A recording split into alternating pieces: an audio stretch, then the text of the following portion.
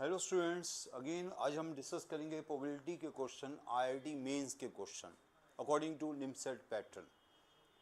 आज हमारा पार्ट 2 चलेगा। कल हम पार्ट 1 कर चुके थे। पार्ट 1 में कल अबाउट हमने 15 टू 20 क्वेश्चंस किए थे। ओके, आज भी हमारे इतने क्वेश्चंस होंगे। इसको हम 3 पार्ट में डिवाइड कर रहे हैं, part 1, part 2, part 3, because probability जो चैप्टर है काफ़ी इंपॉर्टेंट चैप्टर है और बच्चों की मेन प्रॉब्लम प्रोबेबिलिटी चैप्टर में आती है। पीसी में भी आती है, प्रोबेबिलिटी में आती है। पीसी को हमने 2 पार्ट्स में किया था, आप चेक कर सकते हो। प्रोबेबिलिटी को हम 3 पार्ट्स में कर रहे हैं बिकॉज ये चैप्टर थोड़ा वास्ट चैप्टर है और बच्चों के इसमें डाउट्स बड़ी ज़्यादा आ रहे हैं। ओके, तो बट हम जो क्वेश्चन लेके आए हैं वो क्वेश्चन आईआईटी मेंस के 24, 25 कुछ और प्रीवियस ईयर पेपर भी हैं। मींस कि आप कह सकते हो लास्ट 5 टू 10 ईयर्स के हम क्वेश्चन लेके आ रहे हैं आईआईटीज़ के। मेनली 24, 25 के क्वेश्चन लेके आ रहे हैं जो लास्ट 2 और 3 ईयर्स में पूछेंगे और ज़्यादा लेके आ रहे हैं। बाकी भी हम एक एक दो लेके ही आ रहे हैं। ओके, तो ये पार्ट 2 स्टार्ट होगा आज हमारा। काफ़ी अच्छे क्वेश्चंस होंगे, काफ़ी अच्छे लेवल के क्वेश्चंस होंगे। हाँ, कुछ क्वेश्चन आपको सिंपल भी लगेंगे बट सारे क्वेश्चन वही लिए गए हैं जो हमें उम्मीद है कि मे बी अगर निमसेट का लेवल एक थोड़ा सा अच्छा आता है तो इसी में से क्वेश्चन आ सकते हैं। ओके, बाकी तो हमारी असाइनमेंट्स आपको पता है 1, 2, 3 है, वर्कशीट 1, 2, 3 है और टेस्ट T1, T2, T3 है, प्लस मॉक टेस्ट है। उसमें हम काफ़ी कुछ कर चुके हैं। ये तो एक्स्ट्रा क्वेश्चंस है जिन बच्चों को लगता है कि उनकी प्रिपरेशन एक लेवल के ऊपर की होनी चाहिए, जिनको लगता है कि या कुछ आईआईटी के अच्छे वाले क्वेश्चन आ जाए तो हम कैसे बिहेव करेंगे, ये उनके लिए हम सीरीज़ लेके आए हैं। चलो, आज का जो फर्स्ट क्वेश्चन आप देखो किस टाइप का है। आज का फर्स्ट क्वेश्चन मैं आपको दिखा रहा हूँ स्टूडेंट्स। तो क्वेश्चन हमारे पास है स्टूडेंट्स, किस टाइप का क्वेश्चन देखें यार। राइट, तो क्वेश्चन है फर्स्ट आज का, बड़ा अच्छा क्वेश्चन है, थोड़ा सा मैं कहूँगा अच्छे लेवल का क्वेश्चन है, आराम से पढ़ना पड़ेगा आपको। इसका टाइमर लगा सकते हो साथ में। पहले क्वेश्चन को पढ़ लो, आप क्वेश्चन को पढ़ो फिर टाइमर लगा के क्वेश्चंस को करना पड़ेगा हमें। तो अगर हम देखें तो ओके, अब क्वेश्चन को पहले पढ़ना शुरू करो। मैं भी आपको बताऊंगा अभी क्वेश्चन, पहले आप पढ़ो थोड़ा सा। मैं यहाँ टाइमर फिक्स कर देता हूँ आपके लिए। ओके, आपका टाइमर स्टार्ट हो चुका हुआ है। ओके, राइट, नाउ क्वेश्चन क्या है। Bag contain 2 white, 1 black and 3 red balls. And second bag B contain 3 black, 2 red and n white balls. One bag is chosen at random from one bag is chosen at random and 2 balls are drawn from it at random and found to be 1 red, 1 black. If the probability that both come from bag A is 6/11, then n की value क्या है। Question काफ़ी अच्छा students, काफ़ी अच्छा question है। हम आप बोलेंगे अच्छा क्वेश्चन है, बस ये है कि आपको इसको डीपली क्वेश्चन को देखना है एक बार। एक बैग ए है, जब भी ऐसे क्वेश्चन आते हैं तो पहले इसको ना बैग ए बैग बी की कैटेगरी बनाओ। एक बैग ए हमारे पास है, बैग ए में 2 वाइट बॉल्स हैं हमारे पास, 1 हमारे पास ब्लैक बॉल है, 3 हमारे पास रेड बॉल है। सेकंड जो बैग है उसमें हमारे पास 3 ब्लैक बॉल्स है, 3 ब्लैक बॉल्स है, 2 रेड बॉल्स है, 2 रेड बॉल्स हैं एंड हमारे पास है okay okay okay and an white balls है, एन वाइट बॉल्स हैं, right, and white balls, 2 red balls and 3 black balls, right, यही है ना। पहले में है 2 वाइट, 1 ब्लैक, 3 रेड और दूसरे में है 3 black, 2 red and an white. Okay, then 1 bag is chosen at random, इसमें से एक बैग चूज करेंगे and 2 balls are drawn from it, वहां से 2 बॉल्स निकालेंगे। They are found to be 1 red 1 black, जो 2 बॉल निकालेंगे उसमें एक रेड होगी, ब्लैक होगी। If the probability that both balls come from bag A is that, तो क्या आंसर होगा। अब आपको सोचना है थोड़ा सा क्वेश्चन, आपके पास 2 मिनट्स का टाइम ऑलमोस्ट फिनिश होने वाला है, फिर भी थोड़ा सा और टाइम दे सकते हो आप क्योंकि क्वेश्चन अच्छा है। फर्स्ट क्वेश्चन है आज का। ओके, आराम से थोड़ा सा देख लो।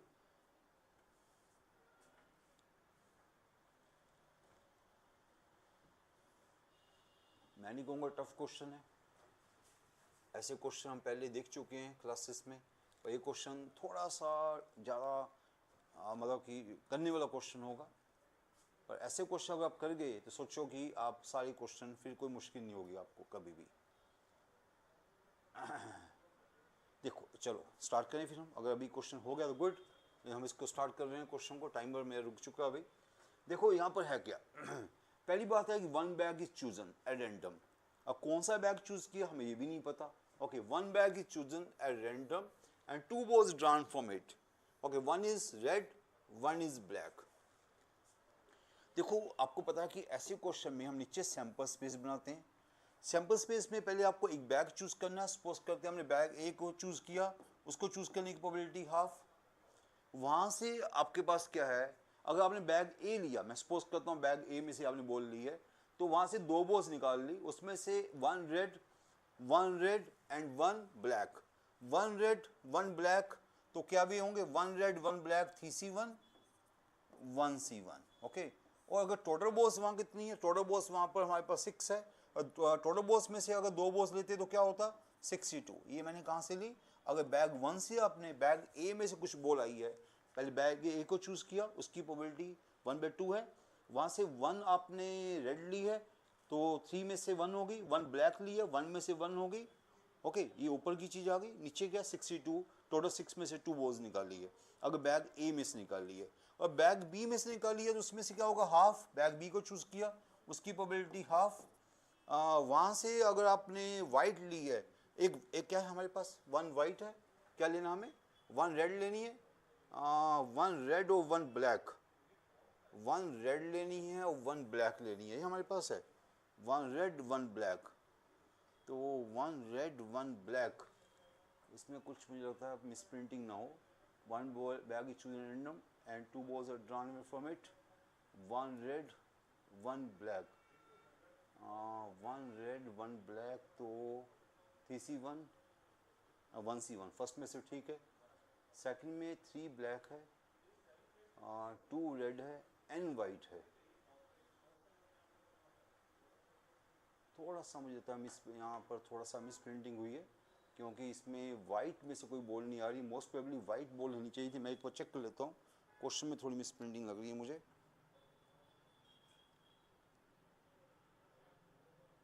वन रेड वन ब्लैक, ठीक है, 1 रेड 1 ब्लैक, अगर पहले में से रेड ब्लैक ली, ठीक है, चलो नहीं इसमें से ठीक है, फिर अगर ठीक है तो इसी को हम कंटिन्यू करते हैं। फिर अगर यहाँ से रेड ब्लैक ली है, चलो कोई बात नहीं, ठीक ही होगा। फिर यहाँ से रेड ब्लैक ली है तो 2C1 3C1। ओके, और नीचे क्या आएगा, यहाँ पर नीचे आएगा टोटल कितनी हुई, टोटल हुई n+5, n+5 में से 2 बॉल्स लिए हैं, n+5 C2। Okay right, but वो कह रहा है कि जो वो आपका बैग लिया है वो बैग ए में से लिया है, तो बैग ए में से लिया मीन्स ऊपर क्या आएगा, ऊपर ये वाली चीज़ आएगी, बैग ए में से लिया है half of 3C1 1C1 bye 62। Okay, ये हमारे पास आएगा, दिस इक्वल टू क्या है, 6/11। कोई मिस प्रिंटिंग नहीं, मुझे लग रहा है मिस प्रिंटिंग ना हो, कोई मिस प्रिंटिंग नहीं, ठीक है।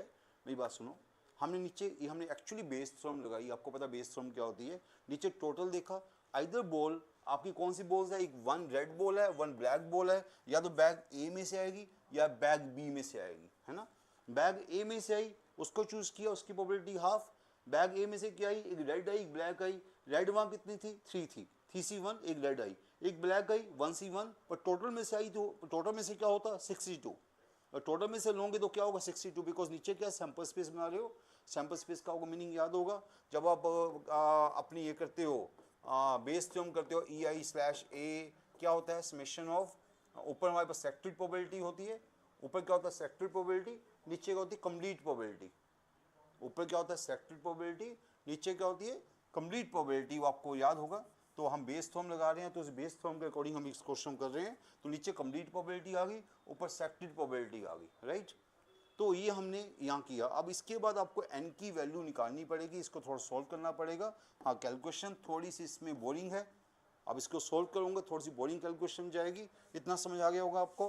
बैग ए में से निकाली, ऊपर बैग ए आ गया, नीचे आइदर बैग ए आया या बैग बी आया। अब इसको सॉल्व करो थोड़ा सा स्टूडेंट्स, थोड़ा सा टाइम ज़्यादा वेस्ट होगा, मैं पहले मान रहा हूँ। ये 3C1 3 हुआ, 3 बाय ये नीचे 62, तो आपका चलो 3C 62 को अभी रहने से नीचे हम 62 की वैल्यू क्या होती है, factorial 6 bye factorial 2 factorial 4 6 × 5 this is 15, तो 3/15 ऊपर आ गया। नीचे भी ये 3/50 नहीं आएगा पहले वाला, तो दूसरे वाला आएगा 6/2 इंटू 3 6/n+5c2। n+5c2 का मतलब क्या हुआ, n+5 इंटू n+4/2। हमें यहाँ से n की वैल्यू निकालनी है। दिस इक्वल टू क्या है, दिस इक्वल टू 6/11। यहाँ से मुझे अब n की वैल्यू निकालनी है, बस आप इसको सोल्व करो, n की वैल्यू आएगी। थोड़ा सा मैंने बोला इसके बाद थोड़ा सा बोरिंग है, मैं नहीं कहूँगा कि बड़ा इजी क्वेश्चन हो जाएगा, थोड़ा बोरिंग हो जाएगा, तो इसको एलसीएम लेके ऊपर लेके जाके इसको सोल्व करना पड़ेगा। जो कैलकुलेशन करोगे यहाँ पर करनी पड़ेगी कैलकुलेशन, यहाँ पर कैलकुलेशन करोगे तो n की वैल्यू आएगी, तो यहाँ पर n की वैल्यू आ जाएगी हमारे पे सी चॉइस 4। ओके स्टूडेंट, वे मैंने आपको बता दिया। ऊपर आएगा फ्रॉम बैग ए लिया, नीचे बैग ए लिया या बैग बी लिया, तो यहाँ से आपके पास आंसर आएगा। तो क्या आंसर आएगा, n की वैल्यू आ जाएगी 4। इसको सोल्व करना पड़ेगा, क्वाड्रेटिक बनेगी। आप इसको देख लो, किसी बच्चे को लगता है कि सोल्व आराम से हो जाएगी, मेरे ख्याल से इतना मुश्किल नहीं है। ये 2 पर जाएगा 12 हो जाएगा, एलसीएम लोगे एलसीएम ऊपर जाएगा, तो आराम से कैलकुलेशन करके n की वैल्यू आ जाएगी 4। राइट, तो अच्छा क्वेश्चन था ये वाला, मैं कहूँगा अच्छे क्वेश्चन में से क्वेश्चन था ये वाला। नाउ नेक्स्ट क्वेश्चन में चलते हैं। क्वेश्चन नंबर 2 तो और भी अच्छा क्वेश्चन है, इसको भी आराम से देखो पहले आप। क्वेश्चन नंबर 2,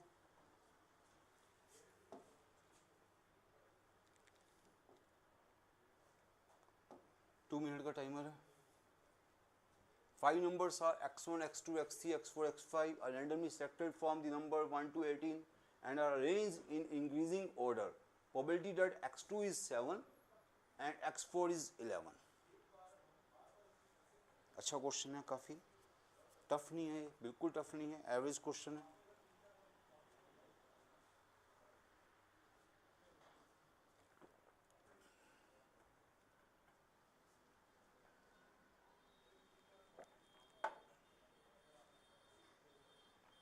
ट्राई करो बनाने की इसको। 5 नंबर्स आपको लेने हैं, तो 1 to 18 in ascending order. x2 हमें दिया हुआ है, x4 हमें दिया हुआ है। ओके राइट, चलो बताओ क्या करेंगे इस क्वेश्चन में हम।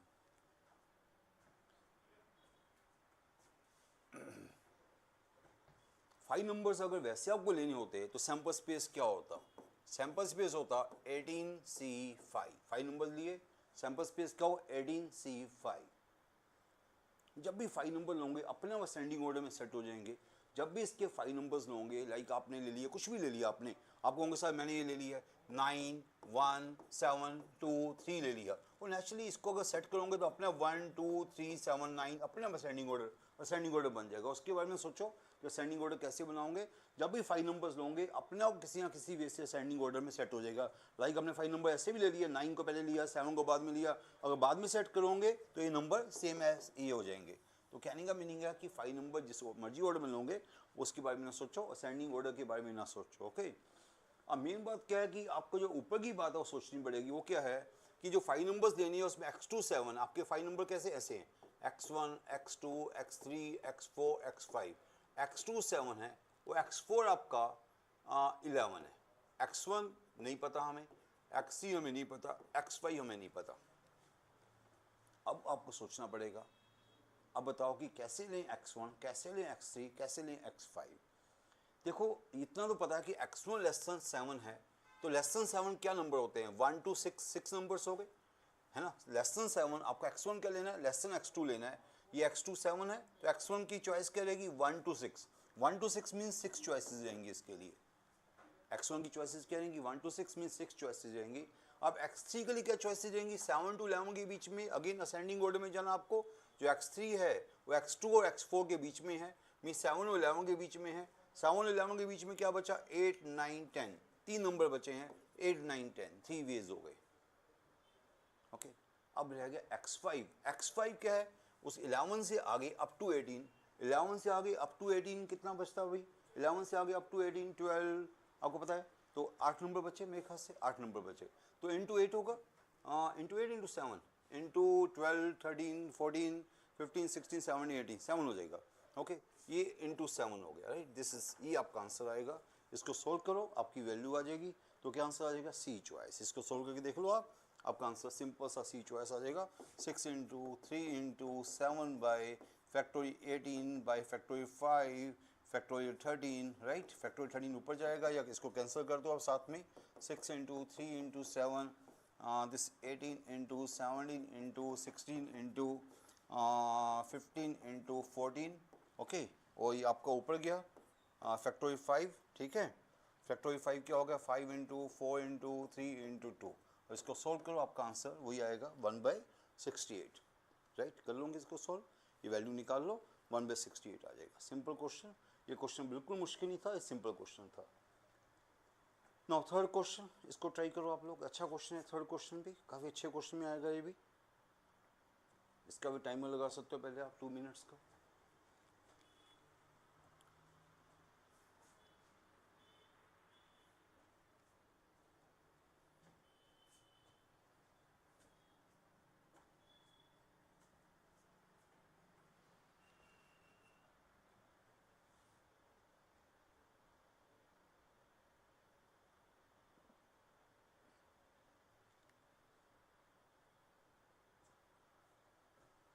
थोड़ा 2D बेस्ड क्वेश्चन है, बट 2D बेस्ड क्वेश्चन इतना इजी है। स्ट्रेट लाइन आपको पता कैसे बनाते हैं, स्ट्रेट लाइन बनानी पड़ेगी आपको, थोड़ी सी तीनों की लाइंस बनानी पड़ेंगी, इसकी लाइन बनानी पड़ेगी, इसकी लाइन बनानी पड़ेगी, इसकी लाइन बनानी पड़ेगी। थोड़ा सा ज्योमेट्रिकल क्वेश्चन है, तो ज्योमेट्रिकल के वे से करना, 3 लाइंस को बना के फिर देखो कि कौन सा एरिया, सॉरी मैं एरिया बोलना अभी गलत है, मैं अभी बोलना शुरू हो गया था। अब अपने सोचो कि कैसे आपको चूज़ करना है पॉइंट को। Point lies in the reason bounded by this 3, कौन से दिस 3, हाँ दिस 4 कहूँगा मैं, कि उसके बीच में वाई एक्सिस भी आ गई है, ये भी आ गया, ये भी आ गया, then this probability under this, probability under this, okay. तो आप सोचो क्या होगा इसमें। मुश्किल क्वेश्चन नहीं, बड़ा इजी क्वेश्चन है, बट जब पेपर में आता है तो मैक्सिमम बच्चे इस क्वेश्चन को छोड़ आते हैं, क्योंकि उनको लगता है शायद 2D बेस्ड क्वेश्चन आ गया या मुश्किल आ गया थोड़ा सा। चलो देखते हैं कि सच में टफ है, अभी आपको दिख जाएगा। चलो मैं ट्राई कर रहा हूँ इस क्वेश्चन को। अब इस क्वेश्चन में आप क्या देखोगे कि पहले आपको थोड़ा सा ज्योमेट्रिकली क्वेश्चन करना पड़ेगा। ये क्वेश्चन ज्योमेट्रिकल होगा। पहली बात है वाई एक्सिस तो हर बच्चे को पता वाई एक्सिस होगी। ये जो लाइन है पहले वाली 2y + x = 6, ये लाइन क्या बनेगी, इसको अगर आप देखोगे तो x को 0 लिया तो y 3 हुआ, y को 0 लिया तो x 6 हुआ, राइट। फर्स्ट लाइन ये बन गई। सेकेंड लाइन जो मेरे पास है वो है दिस x 5x - 6y = 30, ये लाइन क्या बनेगी, ये लाइन बनेगी x को 0 लिया, x को 0 लिया तो y -5 आ गया, y को 0 लिया तो x 6 आ गया। ये दो लाइंस को आपने ज्योमेट्रिकली दो पॉइंट बना लिए, बस आपने काफ़ी है। एक लाइन के लिए 2 पॉइंट चाहिए होते हैं, हमने 2 पॉइंट बना लिए। और बस पहले तो इसको देखो कि मेन पहले ये आपका सैंपल स्पेस है, ये कौन सा रीजन बना है, वाई एक्सिस एंड दिस 2। ये पहले पॉइंट्स को प्लॉट करो। ये पॉइंट 0,3 सपोज करते हैं, 0,3 यहाँ कहीं होगा, या थोड़ा नीचे बना लो, 0,3 यहाँ बना लो, 0,3 एंड 6,0, ये आपकी आ गई first line, 0,3 and 6,0 first line. Second जो है 0,-5, 0,-5 डेफिनेटली थोड़ा अप्रोक्सीमेट बना लो, पूरा बनाने की जरूरत नहीं आपको। 0,-5 अगेन 6,0, तो वो आपकी एक लाइन ऐसे आ गई, 2 लाइन्स तो आ गई। और y = और दूसरी y एक्सिस है, y एक्सिस मीन्स ये y एक्सिस होगी, तो इसके बीच का एरिया, ये ट्रायंगल एरिया बन गया, ये बीच का पार्ट ट्रायंगल बन गया। अब ये तो पूरा सैंपल स्पेस बना है, ये हमारा सैंपल स्पेस बना है। इसके साथ में मुझे प्रोबेबिलिटी जब चाहिए, वो क्या चाहिए, y < 1 के साथ प्रोबेबिलिटी चाहिए। ये सैंपल स्पेस बन गया, y = y < 1, तो y = 1 क्या, अगर मैं ये y 1 लेके चलता हूँ तो y = 1 means line parallel x axis, तो line parallel X axis means कि वो लाइन ऐसे बन जाएगी, समथिंग लाइक दिस, y = 1। कौन सी लाइन होगी, y = 1। तो अब आपको पहले आपने क्या करना है, आपके पास इसके नाम देने शुरू कर दो। इसको नाम दे दो A point, B point, C point. पहले हमने ट्रायंगल ABC लिया, जो पूरा जो सैंपल स्पेस है वो ट्रायंगल ABC है, जो पूरा सैंपल स्पेस और ट्रायंगल ABC है, इस दोनों का और y एक्सिस का जो काम है वो पूरा ट्रायंगल है ABC। उसमें से आपको क्या करना है, ये जो बाकी जो y = 1 बाद में आया है, क्या बोल रहा हो, ये तीनों साथ में y < 1, y < 1 मीन्स नीचे वाला पार्ट, ये y = 1 आपको दिख रहा है, इसके नीचे वाला पार्ट मीन्स ये y < 1 हो गया वाला पार्ट। ये पार्ट कौन सा होगा, y < 1 हो गया, उसी ट्रायंगल का ये वाला पार्ट हो गया। तो इस पार्ट को नाम दे दो, ये आपका A पहली फिक्स है, ABC आप नाम दे चुके हो, इसको D बोल दो, इसको E बोल दो, ABED बोल दो। तो क्या है, area of the quadrilateral ABED। तो जो आपका नीचे आ गया सैंपल स्पेस वो आया ट्रायंगल ABC। नीचे जो सैंपल स्पेस आया वो आया ट्रायंगल ABC। ट्रायंगल ABC क्यों बोला मैंने, क्यों उसमें सिर्फ तीन लाइन ये वाली यूज हो रही है और ये वाली यूज हो रही है, साथ में वाई एक्सिस यूज हो रही है, ट्रायंगल ABC। उसके साथ में हमने प्रोबेबिलिटी किसके साथ जोड़नी है, व्हेन y लेस देन 1 एक एक्स्ट्रा लाइन आ गई, y is equal to 1, y less than 1 में नीचे का पार्ट, तो आपको अब इस स्पेस की इस जगह शेडेड पार्ट की प्रोबेबिलिटी चाहिए। तो क्या करोगे आप, देखो आपको पार्ट की प्रोबेबिलिटी चाहिए, शेडेड पार्ट मीन्स कि वो एरिया वाला क्वेश्चन हो गया। आप क्या करोगे, एरिया ऑफ ट्रायंगल, नीचे सैंपल स्पेस बन गया, वो एरिया ऑफ ट्रायंगल में से आपने इस दिस एरिया ऑफ क्वाड्रेटर बाहर निकालना है। एरिया ऑफ ट्रायंगल आपका सैंपल स्पेस हो गया, इस पूरे एरिया में से एरिया ऑफ दिस उस एरिया में से आपको ये लेस देन 1 वाला एरिया आपको आउट करना है, वो आपका स्पेशल आपकी इवेंट हो गई। सैंपल स्पेस हो गया एरिया ऑफ ट्रायंगल, और ये आपको एरिया ऑफ ट्रायंगल अब आपको ज्योमेट्रिकली फार्मूले लगाने पड़ेंगे। एरिया ऑफ ट्रायंगल का फार्मूला ये हमारे पास क्या क्या करने वाला मैं, area of triangle sample space हो गया, एरिया ऑफ क्वाड्रेटर आपका पर्टिकुलर इवेंट हो गया। कौन सा इवेंट हो गया, when y less than 1। Clear, question काफी अच्छा क्वेश्चन है। तो आपको ट्रायंगल का एरिया का फार्मूला किस बच्चे को नहीं आता, ट्रायंगल का एरिया का फार्मूला क्या है, तीनों पॉइंट को लिखा, कौन से 3 पॉइंट है वहाँ पर, ABC 3 पॉइंट है। तो पहला पॉइंट है जिस मर्जी को लिखो, 0,3, 6,0 and 0,-5 again 0,3, area of triangle ABC आ गया। एरिया ऑफ ट्रायंगल ABC कोई भी निकाल लेगा, 0,3 है ना, ठीक है ना, 0,3, 6,0, 0,-5 अगेन 0,3।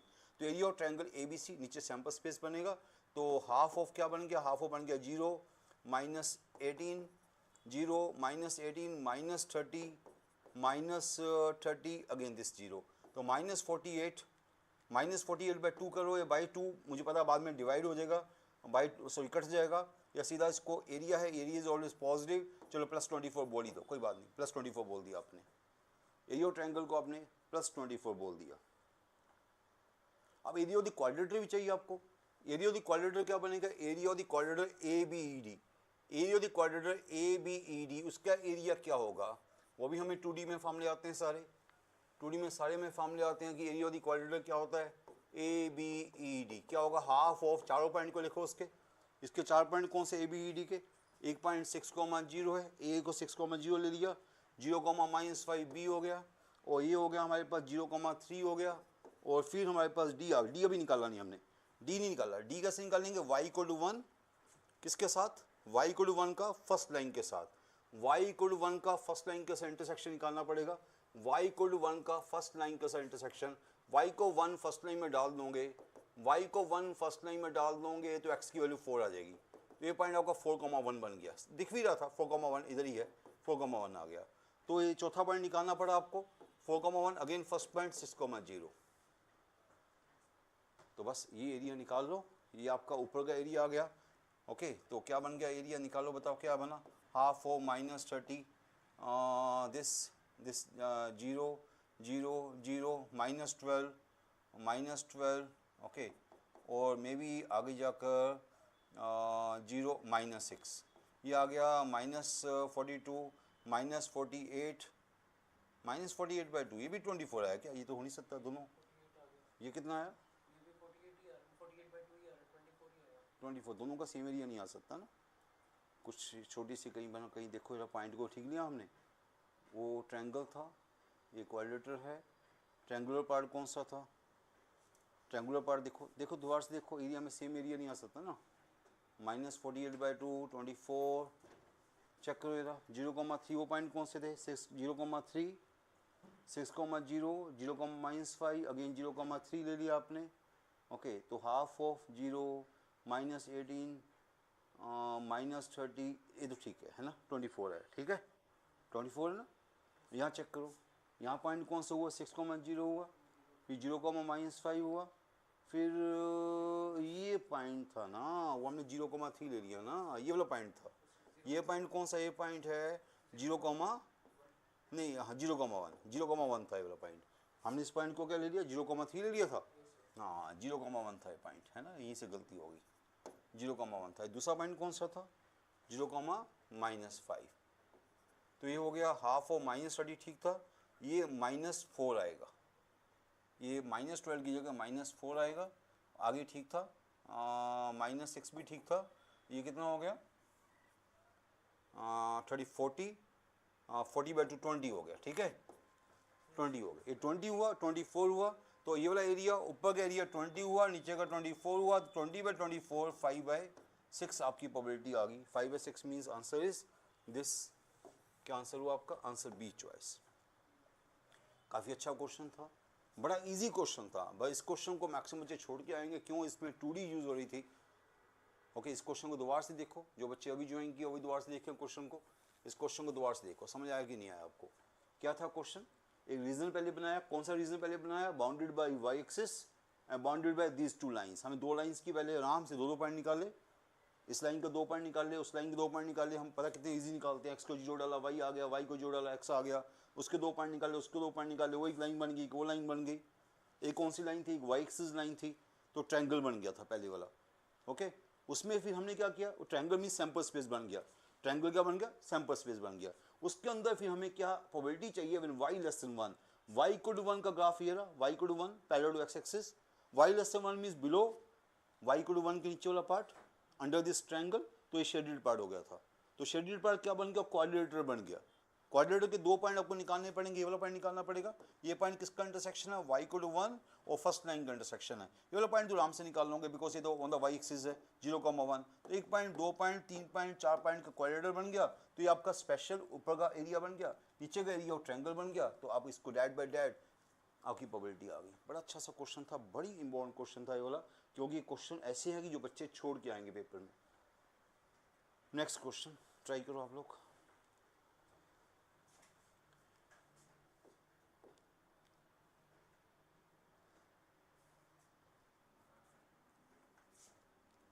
ट्राई करो।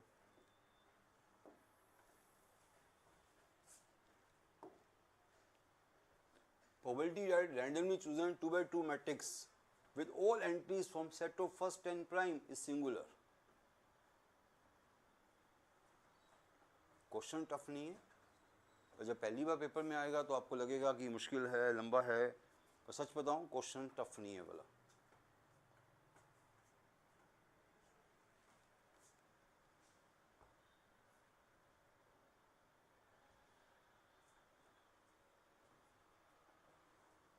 पहले देखो फर्स्ट टाइम प्राइम कौन से होते हैं, फर्स्ट टाइम प्राइम को लिखो, कौन से फर्स्ट टाइम प्राइम होते हैं उसको लिखो पहले, राइट। उसके बाद दिमाग लगाओ अपना। मैट्रिक्स सिंगुलर चाहिए, सिंगुलर का मीनिंग डिटरमिनेंट 0 चाहिए।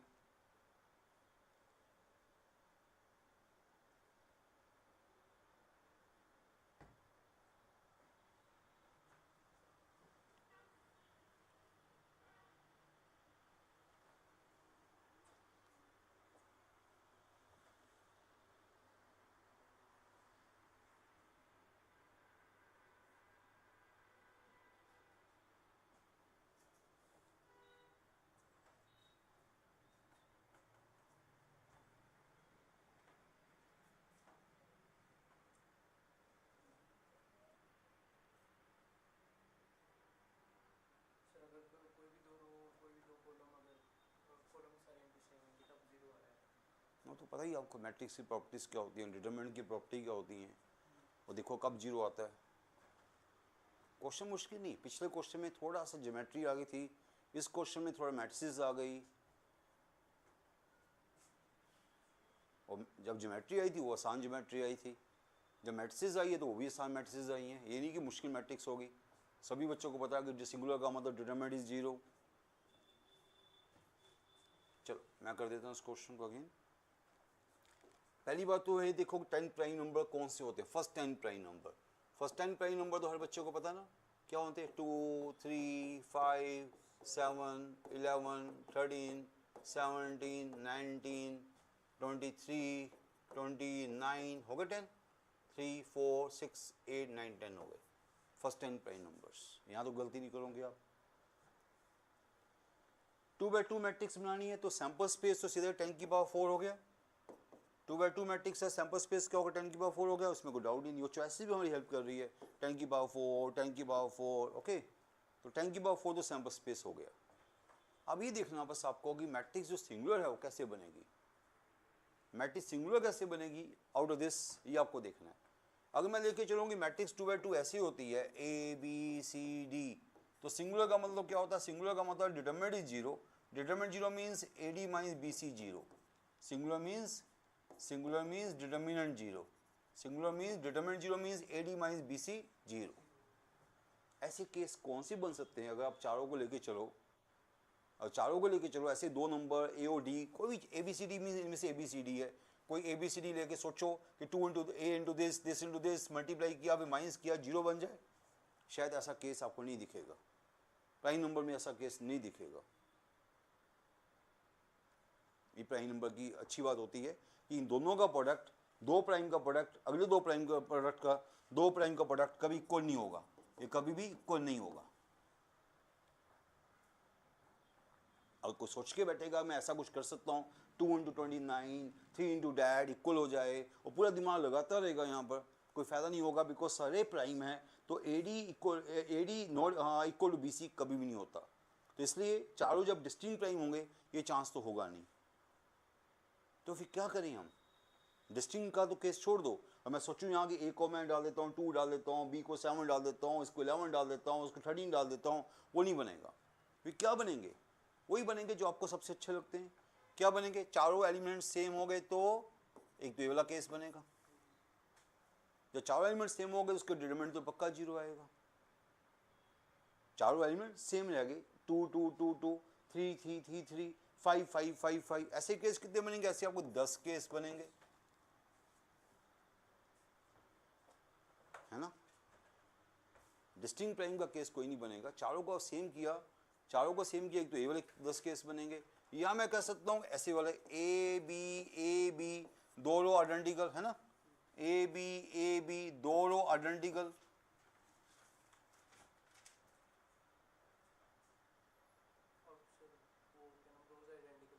दो रो आइडेंटिकल, दो आपने प्राइम लेने हैं 10 में से, तो कितने वेज होंगे दो प्राइम लेने के? दो, सीधा बोल दो 10 इंटू 9 बोल दो, दो प्राइम लेने हैं 10 इंटू 9, 90 वेज हो गए, राइट। तो इसको मैं 2 से मल्टीप्लाई करूं कि ना करूं? अगर मैंने A B लिया या मैंने B A लिया, क्या दोनों सेम है? मुझे बताओ यार, मैट्रिक्स पूछ रहा हूँ, डिटरमिनेंट नहीं पूछ रहा। नहीं मैट्रिक्स हाँ अलग अलग होगी ना, ये और ये अलग अलग होगी, तो अगर ये बनाऊंगे तो साथ में ये भी बनेगी, तो ऐसे इंटू 2 लिख देता हूँ मैं, क्योंकि इनका ऑर्डर भी चेंज हो सकता है ना भाई। ये B इधर चलेगा, A उधर चलेगा। ये क्या मैंने किया? 2 रोज इक्वल। सिमिलरली अगर 2 कॉलम्स इक्वल करूँ तो 2 कॉलम्स इक्वल करने का मतलब A B, ये सोचो आप जरा, इसकी डिटरमिनेंट भी जीरो हो गई, इसकी डिटरमिनेंट भी जीरो हो गई, A B। ये भी कितने बनेंगे? ये भी 10 इंटू 9 बनेंगे, पर ये भी आपका अगर दोनों लोगों को इंटरचेंज करोगे, A को नीचे ले गए B को ऊपर ले गए, ऐसे दो केस बनेंगे।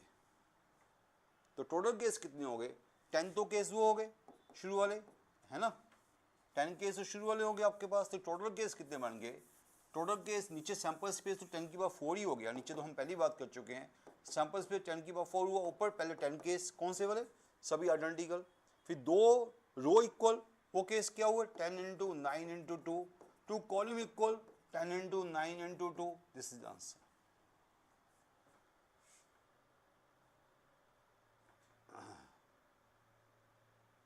आप नोट कर सकते हो, देख सकते हो, 180 180 10 190 हो गया, 190 बाई 10 की पावर 4, 19 बाई 10 की पावर 3,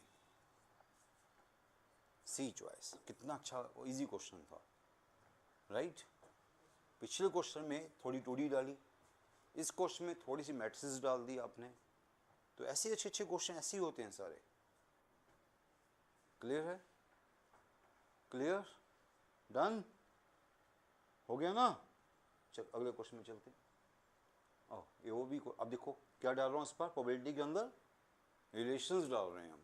ये तो इस टाइप के क्वेश्चन हम लेके आए हैं आज, स्पेशली इस टाइप के क्वेश्चन लेके आए हैं। प्रोबेबिलिटी के अंदर 2D, प्रोबेबिलिटी के अंदर मैट्रिक्स, प्रोबेबिलिटी के अंदर ये, अभी तो स्टार्ट हुआ है, अभी तो बड़े क्वेश्चन आएंगे, पर सारे इजी क्वेश्चन है, कोई टफ क्वेश्चन नहीं है।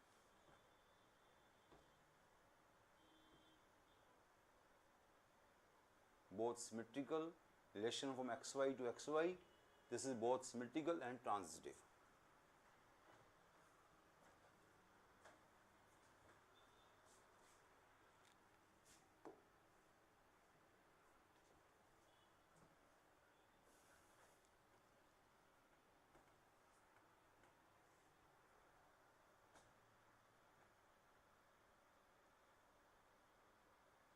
कर सकते हो क्वेश्चन, ये टफ क्वेश्चन नहीं है.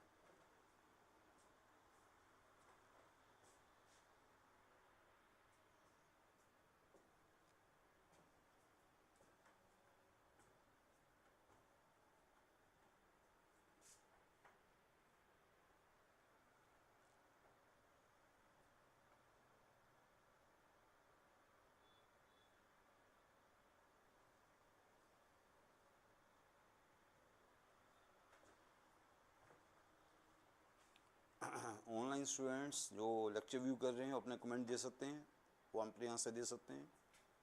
ऑनलाइन स्टूडेंट कुछ कमेंट देना चाहें दे सकते हैं अपने कमेंट्स भी. कुछ उनका आंसर आ जाए तो अपना आंसर भी हमें बता सकते हैं.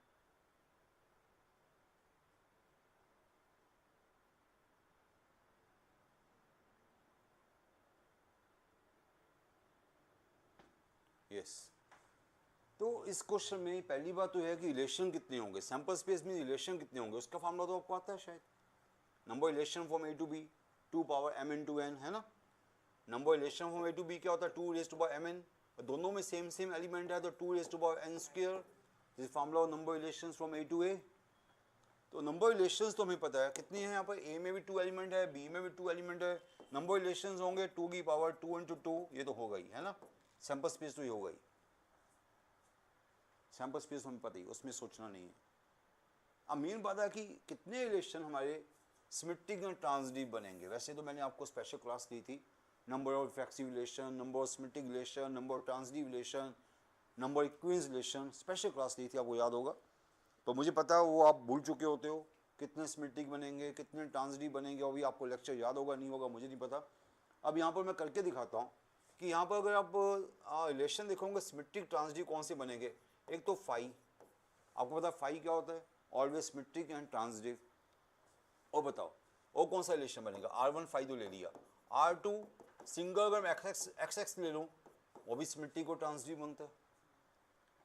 सिंगल YY ले लूँ मैं वो भी सिमेट्रिक और ट्रांजिटिव बनता है. और कुछ बताओ बताओ बताओ. और आपने हाँ बोलो आपने XX भी ले लिया साथ में YY भी ले लिया, ये भी सिमेट्रिक और ट्रांजिटिव बनता है. और कुछ बताओ अकाउंट. हाँ सारे हो गए. सारे मीन्स कि क्या, एक XX ले लिया, YY ले लिया, XX ले लिया, YY ले लिया, साथ में XY ले लिया और साथ में YX भी ले लिया. XY लोगे तो YX लेना ही पड़ेगा बिकॉज सिमेट्रिक बनाना आपको. XY लोगे तो YX लेना पड़ेगा. एक ये भी हो गया. कुछ और है तो बताओ मुझे इसके अलावा. 4-5 तो मैंने बताए हैं, इसके अलावा कुछ और है सिमेट्रिक एंड ट्रांजिटिव बोथ है तो बताओ मुझे. सिमेट्रिक एंड ट्रांजिटिव बोथ हाँ नहीं बनेगा. बिल्कुल ठीक बोल रहे हो. ये सिर्फ यही बनेंगे. 5 out of so many, 5 out of 16 is answer. तो आंसर 5/16 आपके पास है फर्स्ट चॉइस है. मैंने बोला बड़ा इजी क्वेश्चन था और बड़ी हैरानी की बात है मैक्सिमम बच्चे ऐसे क्वेश्चन छोड़ के आते हैं. क्यों छोड़ के आते हैं सर, बीच में रिलेशन आ गया, बीच में 2D आ गई. तो ऐसे क्वेश्चन बच्चे कहते हैं सर मुश्किल क्वेश्चन है. आपको पता है क्यों मुश्किल कह रहे हैं, क्योंकि 2 चैप्टर का मिक्सचर आ रहा है, यहाँ थोड़ा बच्चा कंफ्यूज हो जाता है. Now next question, question number 6. ये तो इजी है, ये मैं कहूँगा इजी है. थोड़ा सेट थ्योरी बीच में आ गया. भाई सेट थ्योरी तो पार्ट है प्रोबेबिलिटी का. सेट थ्योरी तो प्रोबेबिलिटी का पार्ट है, वो तो उसका नेचुरल पार्ट है. सेट थ्योरी तो प्रोबेबिलिटी का नेचुरल पार्ट है, तो वो तो आपको पता ही है. इसको मैं इजी क्वेश्चन बोलूँगा क्योंकि ये क्वेश्चन आप डेली करते हो.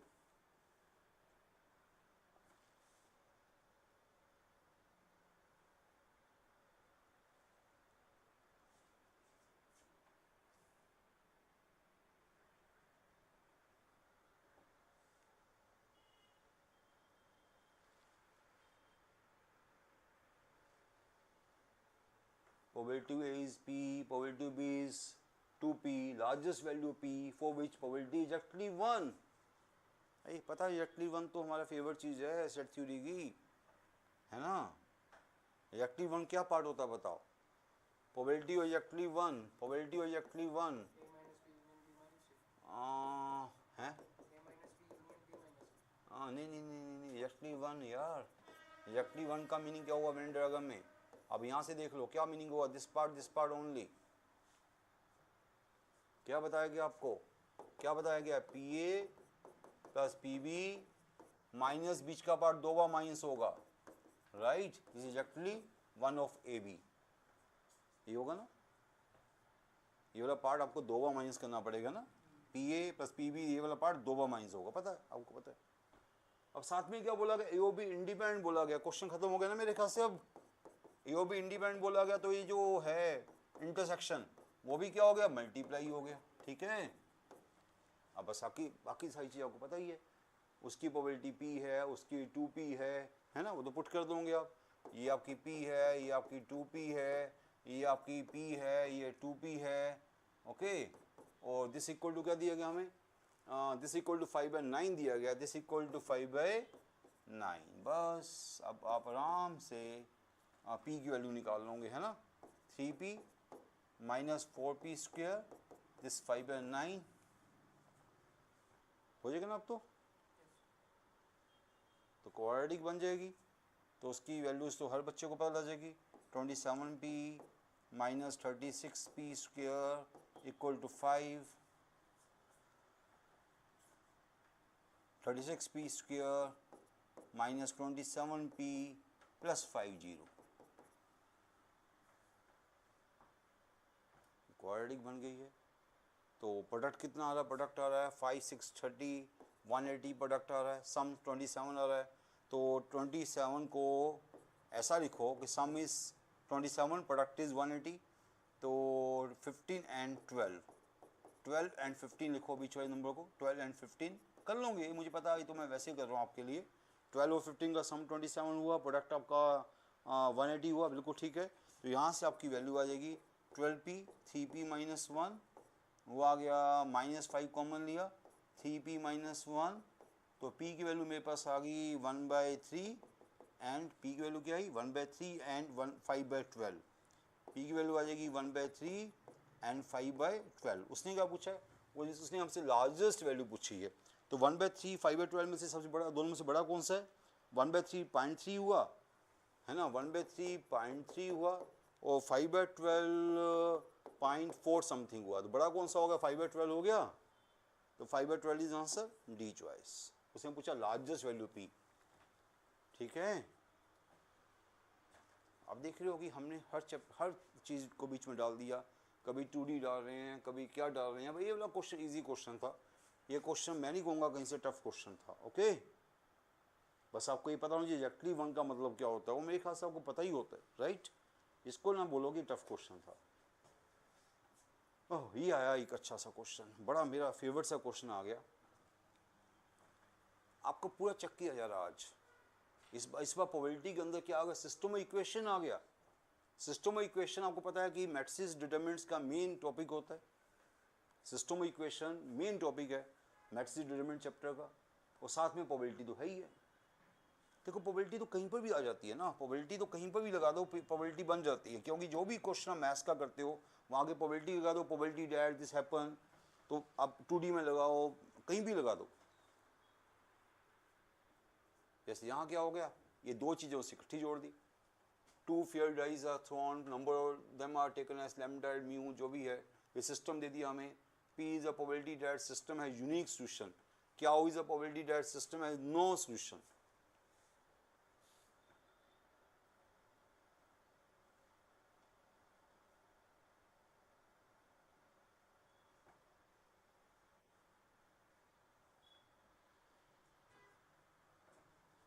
यूनिक सॉल्यूशन का आपको मैं थोड़ा हिंट दे दूं, अगर आपको थोड़ा भूल चुके हो, अगर आप यूनिक सॉल्यूशन भूल चुके हो तो हिंट दे दूं।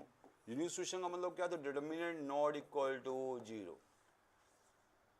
और नो सॉल्यूशन का मीनिंग क्या था? नो सॉल्यूशन का मीनिंग था determinant is equal to 0, also determinant 1, determinant 2 and sorry one of them non zero. This zero है one of them at least one of them non zero. मैं नहीं कहूँगा सभी non zero, at least one of them non zero. चलो आपका काम चल जाएगा, एक को भी नॉन जीरो करोगे काम चल जाएगा हमारा। कहने का मीनिंग है ये मैंने आपको थोड़ा हिंट दे दिया दोबारा से, ये था यूनिक सॉल्यूशन का मीनिंग, ये था यूनिक सॉल्यूशन का meaning determinant not equal to 0, unique solution, ये था नॉन सॉल्यूशन। अगर आप भूल चुके हो तो मैंने बता दिया, बस यही तो बताना था और रह के गया।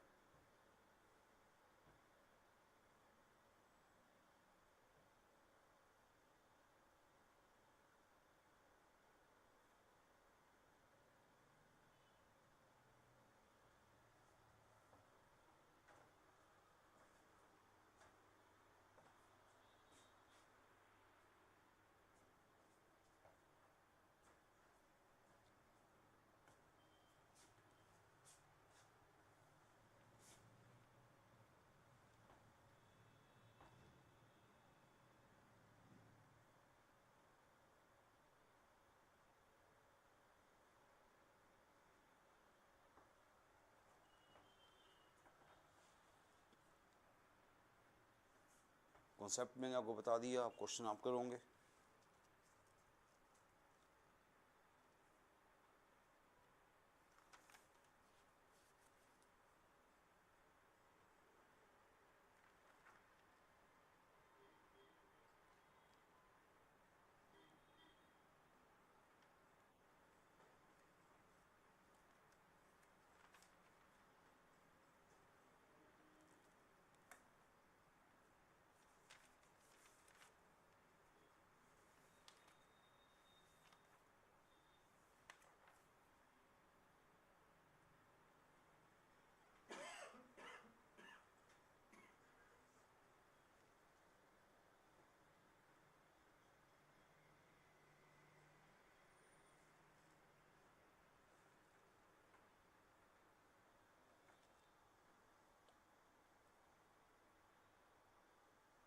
To fair dice are thrown, number are taken as lambda mu, जो लैम्डा म्यू है वो डाइस का आउटकम है, 1 to 6 1 to 6 है वो। पहली बात है कि यूनिक सॉल्यूशन, तो डेल तो निकालना ही पड़ेगा, दोनों केस में डेल तो निकालना ही पड़ेगा। डेल का मीनिंग क्या है, determinant of the coefficients 1 1 1 1 2 3 and 1 3 lambda, ये तो निकालना ही पड़ेगा दोनों केस में। एक में नॉन जीरो है, एक में जीरो है, क्या है बताओ ये निकाला हमारे पास क्या है value, 1 into 2 lambda minus 9 minus this lambda minus 3 lambda minus 3 plus 1 3 minus 2 1 this. अगर चलो अभी मैं निकाल रहा हूँ, जीरो नॉन जीरो बाद में सोचेंगे हम। ये हो गया लैम्डा और माइनस 9 प्लस 3 लैम्डा माइनस 5 हो गया ये। अगर यूनिक सॉल्यूशन चाहिए, अगर यूनिक सॉल्यूशन चाहिए आपको, मैं बता चुका हूँ पहले भी, यूनिक सॉल्यूशन चाहिए तो del should not be zero, it means lambda minus 5 should not be zero, तो lambda should not be 5। Unique solution चाहिए तो लैम्डा 5 न्यू, लैम्डा क्या है, डाइस का, लैम्डा म्यू है क्या, डाइस का आउटकम है। लैम्डा 5 न्यू, लैम्डा की पॉसिबिलिटी क्या होगी 1, बाकी इसको छोड़ के ना, और लैम्डा 5 न्यू लैम्डा क्या होगा 1 2 3 4 6 होगा, तो उसकी प्रोबेबिलिटी क्या होगी 5 आउट ऑफ, उसकी प्रोबेबिलिटी होगी 5 आउट ऑफ 6 ना। और लैम्डा की क्या probability, lambda not equal to 5, तो क्या प्रोबेबिलिटी होगी 5 आउट ऑफ 6 आउटकम्स, तो P तो 5/6 आ गया, तो P 5/6 यहाँ भी है, P 5/6 यहाँ भी है।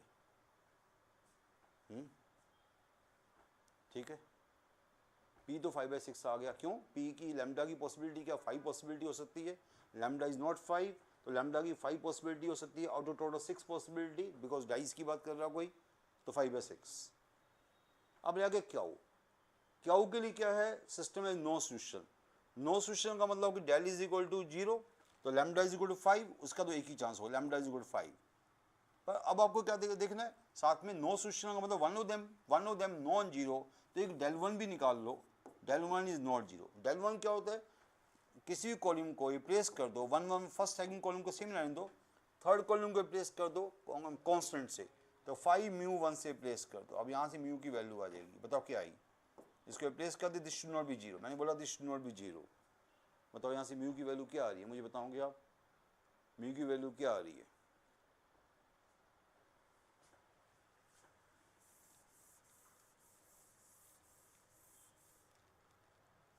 क्या रही बताओ, 2 -3 म्यू है ना, -1 1 -15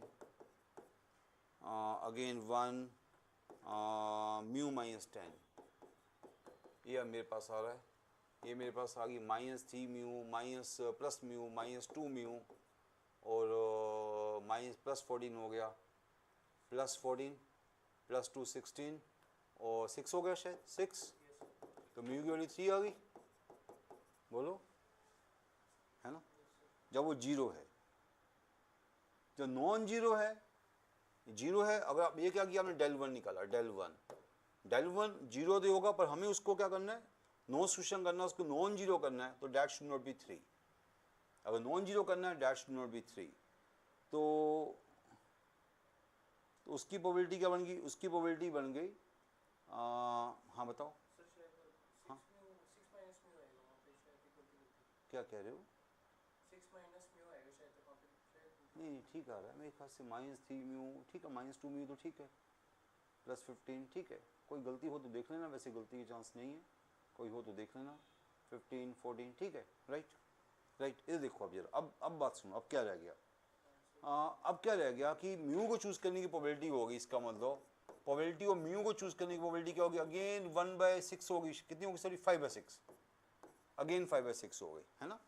आप कहोगे तो क्याऊ मीन्स, क्याऊ था क्या, दिस शुड बी जीरो, क्याऊ क्या था मुझे बताओ, क्याऊ क्या था, क्याऊ था क्या, नो सॉल्यूशन, नो सॉल्यूशन का मतलब क्या था, नो सॉल्यूशन का मतलब del should be zero and del 1 should not be zero है ना, del 0 means lambda is 5, only 1 out of 6, and del 1 not zero, वो 5 आउट ऑफ 6, तो दोनों को इकट्ठे करना तो क्या बन गया, हाँ तो 1/6 इंटू 5/6 क्या बन गया 5/36, समझे, ये चीज़ बड़ी अच्छी चीज़ कर रहे हो अभी आप।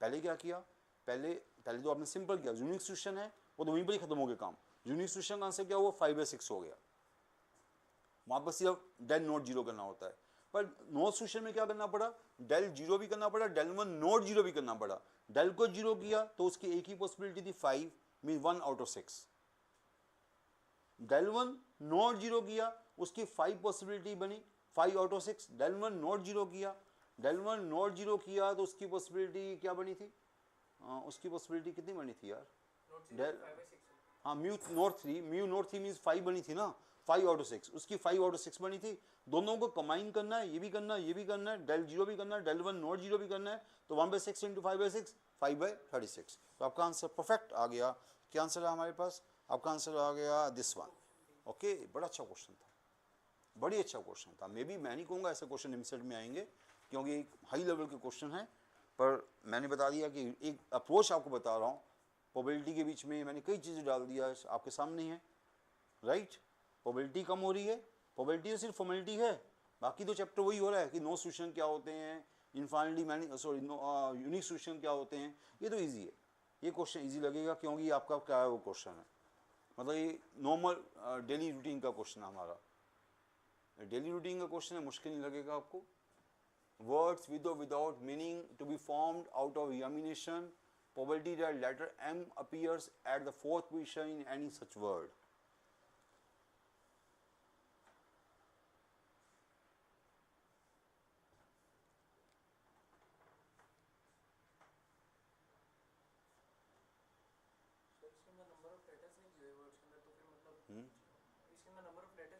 नंबर लेटर नहीं दिया मीन्स, नहीं पूरे बनाने पड़ेंगे ना एग्जामिनेशन से, हाँ सभी को यूज़ करना पड़ेगा, सभी को यूज, कुछ नहीं बोला गया तो जितने हैं उतने यूज़ करने पड़ते हैं, आराम से लिखो, ई कितनी बार है, एक्स कितनी बार है, ए कितनी बार है, बिल्कुल सिंपल है, बिल्कुल सिंपल है, मैंने बोला ना बिल्कुल सिंपल है, ये क्वेश्चन तो आप अपने आप कर सकते हो, मैं तो कहूँगा मैं आपके लिए छोड़ देता हूँ क्वेश्चन, नीचे टोटल सैंपल स्पेस, ऊपर बस आपने क्या देखना है कि ऊपर मीन्स स्पेशल जो इवेंट है वो क्या देखनी है, M appears at fourth position,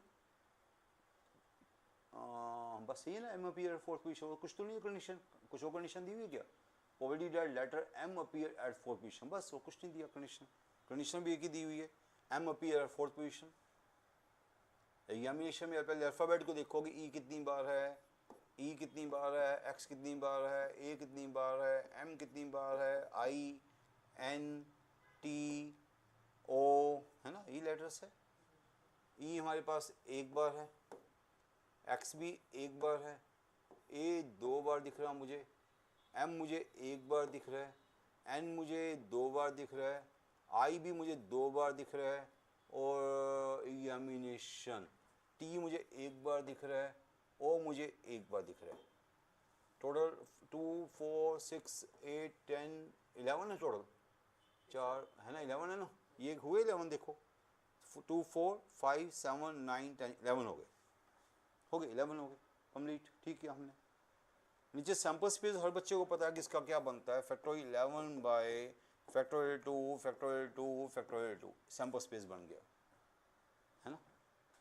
M is at 4th position, total 11 alphabets है, एम को 4th पोजिशन में रख भी दोगे तो कोई इशू क्या आएगा। एम तो वैसे भी आपका एक बार ही था, वो वैसे तंग नहीं कर रहा था हमें। एम तो अगर होता ना रिपीट होता तो मैं सोच भी लेता।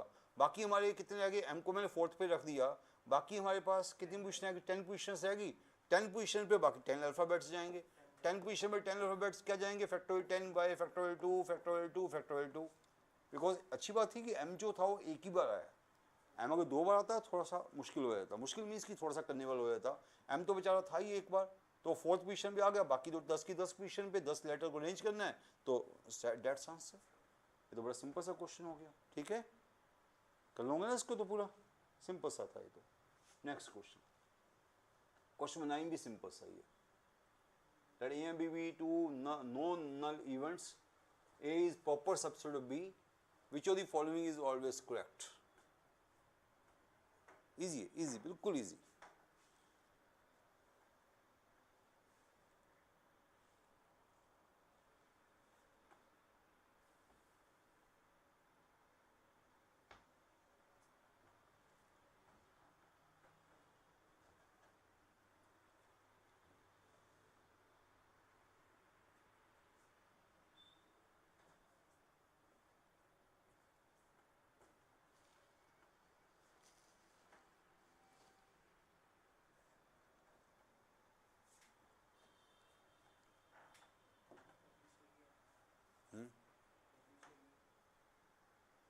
ये तो इजी क्वेश्चन है, कंडीशनल प्रोबेबिलिटी का वो डेफिनेशन आनी चाहिए बस। ए बी का प्रॉपर सबसेट है, वो पता है कि क्या मीनिंग होगा इसका मतलब। इजी, बिल्कुल इजी क्वेश्चन।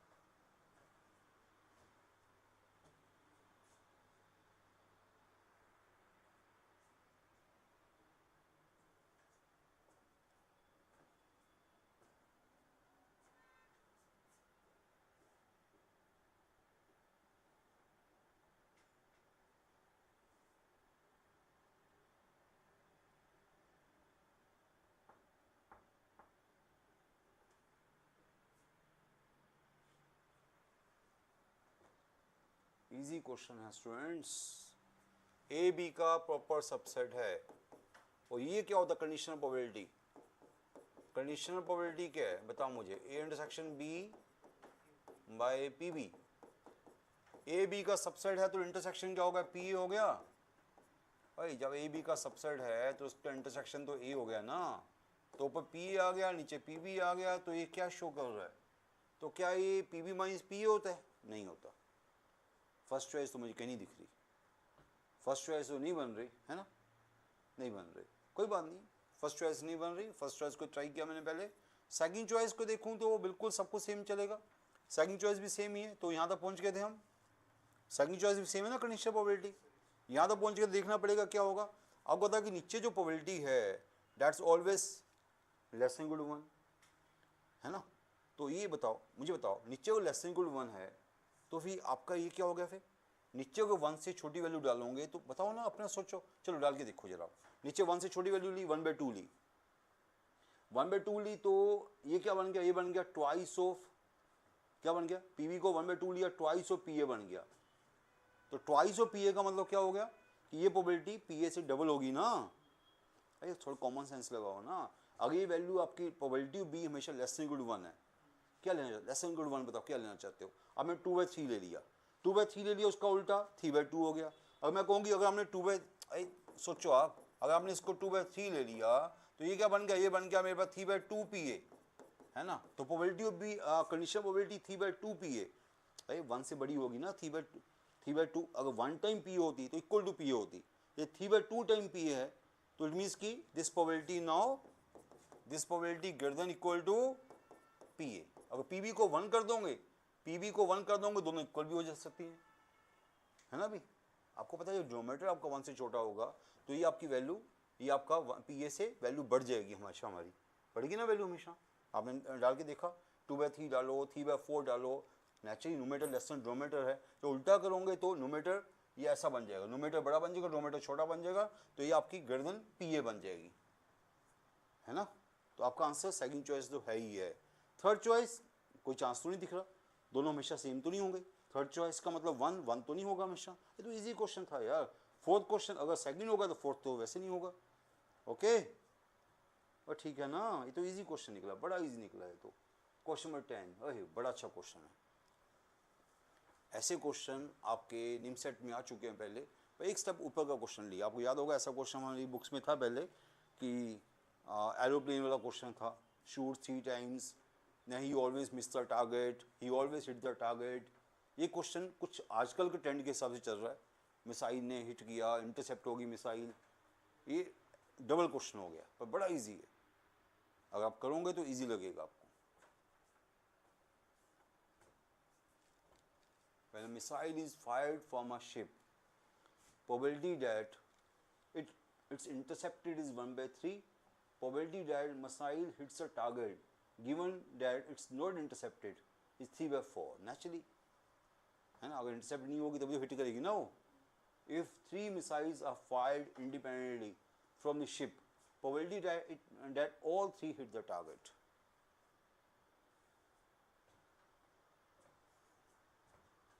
बताओ, probability that hits a target कैसे। आजकल तो ईरान और USA का वार चल रहा है, तो रोज ही सुनते हैं ना आप लोग कि मिसाइल इंटरसेप्ट हो गई है।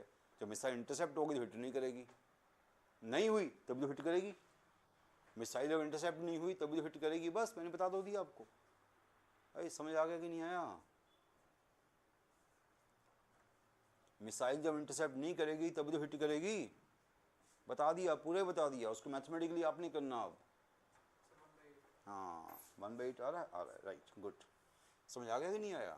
देखो हिट करने की, जो इंटरसेप्ट करने की है, इंटरसेप्ट करने की प्रोबेबिलिटी 1/3 है, तो नॉट इंटरसेप्ट करने की प्रोबेबिलिटी 2/3 हो गई। हिट करने की प्रोबेबिलिटी क्या, हिट करने की प्रोबेबिलिटी अगर नॉट इंटरसेप्टेड है तो हिट करने की प्रोबेबिलिटी क्या है, हिट करने की प्रोबेबिलिटी है 3/4। तो प्रोबेबिलिटी क्या पूछा, probability that all 3 hit the target. Target को कब हिट करेगी, जब इंटरसेप्ट नहीं होगी। जब इंटरसेप्ट नहीं होगी तभी वो हिट करेगी ना टारगेट को, इंटरसेप्ट होगी तो हिट करेगी नहीं। तो हिट करने का चांस क्या होगा, जब इंटरसेप्ट ना हो तब वो हिट करेगी। तो क्या प्रोबेबिलिटी बन गई 2/3 इंटू 3/4, वो बन गई 2/4, मीन्स 1/2 बन गई। जब इंटरसेप्ट नहीं की हिट हो गई तभी तो हिट करेगी, अदरवाइज तो हिट करेगी नहीं। तो 1/2 होगी कि not intercepted but hit the target, not intercepted but hit the target. Naturally not intercepted hit the target में हिट द टारगेट। तो अब वो 3 बार उसने बोला है, तो 3 बार का मतलब ये पावर 3 हो जाएगी। 3 बार, तीनों इंडिपेंडेंट है ना, तीनों इंडिपेंडेंट है तो पावर 3 होगी, तो आपका आंसर 1/8 आ जाएगा। वो बाई चांस वो चॉइस में है। ओके, इजी क्वेश्चन था, राइट, बड़ा अच्छा क्वेश्चन था, बड़ा अच्छा क्वेश्चन था, सिंपल था क्वेश्चन, अच्छा था। Okay, now question number 11। Assume that each child born is equally likely to be a boy or girl.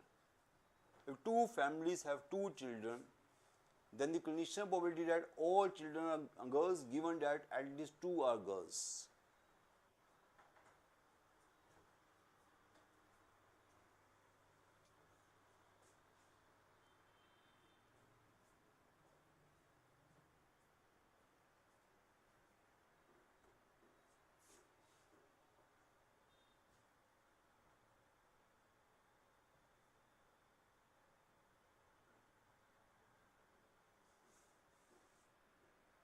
Easy question है ये भी।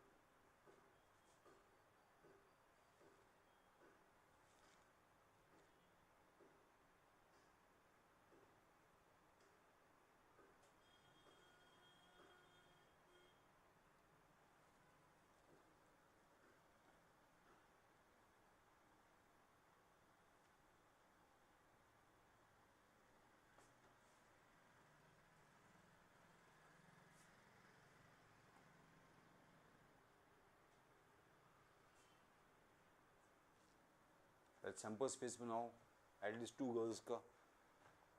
ये तो बड़ा सिंपल क्वेश्चन दिया आपको। पहले सैम्पल स्पेस बनाओ एटलीस्ट 2 गर्ल्स का। सैम्पल स्पेस में क्या होगा? 2 girls 2 boys, 3 girls 1 boy, 4 girls 0 boy. क्यों मैं ऐसा कह रहा हूं? Given that at least 2 are girls.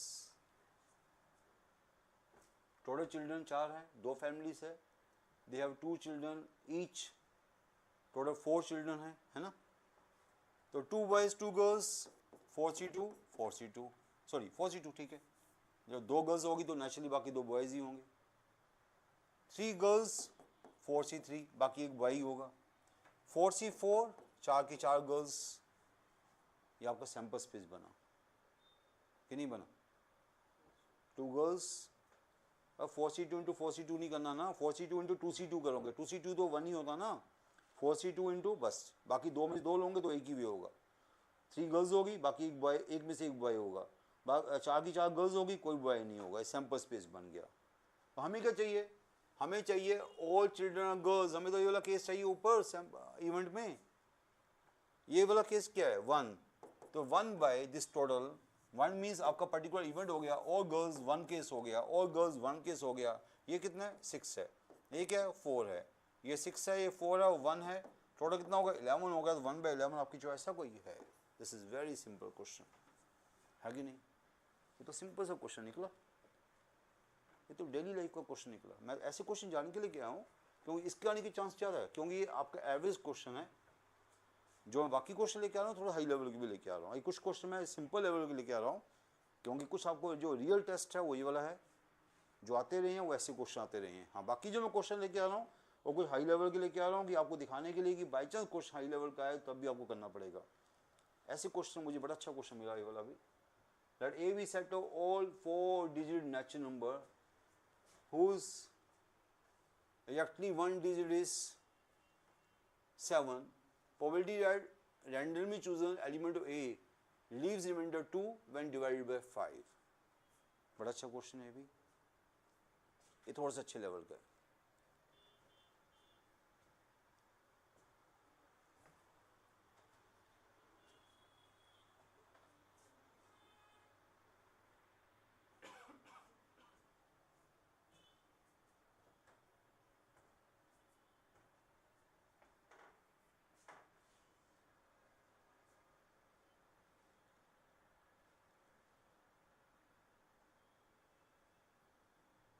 Four digit natural number who exactly 1 digit is 7, वो बाद में देखेंगे।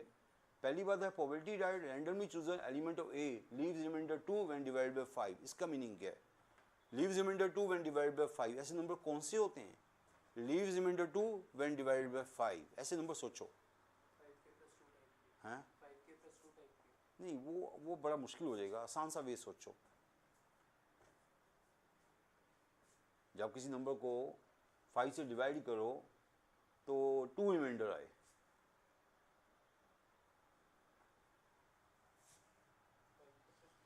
हाँ हाँ, 5 से डिवाइड करो, रिमाइंडर 2 आए।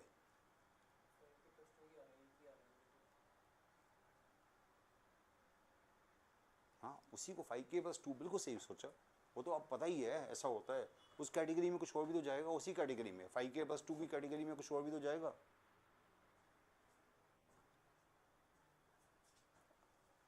5 के प्लस 2 बिल्कुल सही सोचा। उस पर क्या नंबर होंगे? 5 के प्लस 2 वाले आपने सही सोचा। नंबर कैसे होंगे? 5 के प्लस 2, बिल्कुल सही सोचा। व्हेन मैं बोलूंगा when last digit is either 2, one last digit is either 2 और 7। Very good. जब लास्ट डिजिट 2 होगा या 7 होगा, अरे बात वही है, सही बहुत सोचा। 5 के प्लस 2 हुआ, इवन 7 भी 5 के प्लस 2 हुआ। इसको 5 से डिवाइड करूंगा, रिमाइंडर 2 आएगा। बात सही सोची आपने, पर मैंने उसको ऐसा लिख दिया लास्ट डिजिट पे ले गया ना क्वेश्चन को। आपने बोला नंबर इस टाइप का होगा, बिल्कुल सही सोचा, इस टाइप का नंबर होगा, पर उसका लास्ट डिजिट हमेशा क्या होगा? या 2 होगा या 7 होगा। किसी को सैंपल चाहिए क्या? सैंपल चाहिए 1 2 3 7, ये ले लो नंबर। इसको 5 से डिवाइड करो, लास्ट में रिमाइंडर 2 आया। आया कि नहीं आया? ओके, कुछ और लेना चाहते हो ले लो। ओके 1292, इसको 5 से डिवाइड करो, रिमाइंडर 2 आया, है ना, बिल्कुल सही है। मीन्स कि जो नंबर रिमाइंडर 2 आएगा, रिमाइंडर 2 ऑन डिवाइडिंग बाय 5 कब आएगा, remainder 2 when divided by 5 and last digit is either 2 और 7। हमें समझ तो आ गया कि ऐसे नंबर होने चाहिए। हमें बनाने हैं 4 डिजिट नंबर बनाने हैं, हमें 4 डिजिट नंबर बनाने हैं, 4 digit number. Okay, let A B set of all 4 digit natural number which actually 1 digit is 7, उसमें से एक डिजिट आपको 7 भी रखना है।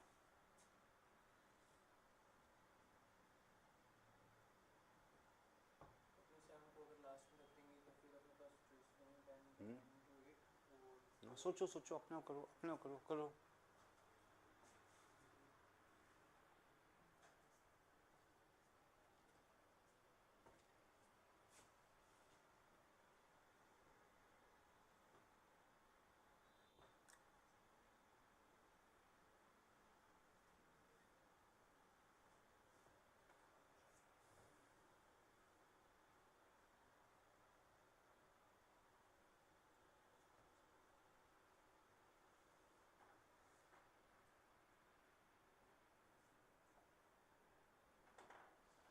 टोटल सैंपल स्पेस क्या बनेगा इसका?